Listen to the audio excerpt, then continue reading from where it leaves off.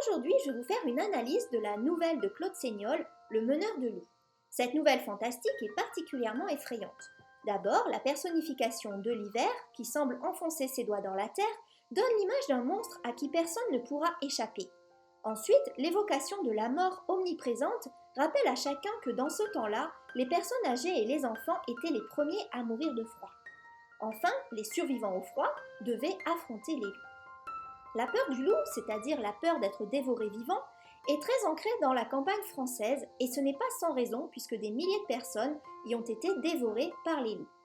Claude Seignolle nous donne ici sa version de la légende du meneur de loups. Lorsque ce personnage apparaît dans l'encadrement de la porte, toute la famille de paysans reste figée par la peur qui monte encore d'un cran avec l'apparition des loups.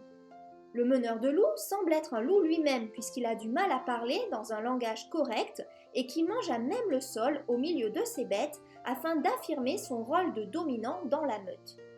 Il dit aussi qu'il est gêné par la chaleur du feu. C'est peut-être la raison pour laquelle il laisse la porte ouverte. Le don qu'il fait à la petite Marie à la fin de la nouvelle pour remercier la famille de l'avoir nourrie est un cadeau empoisonné.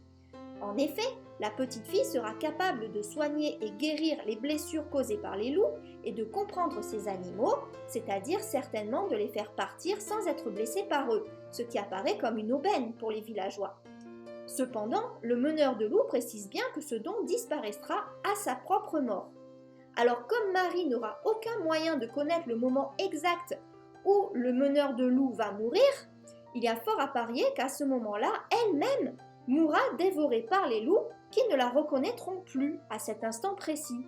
Elle devra donc vivre toute son existence avec cette épée de Damoclès au-dessus de la tête.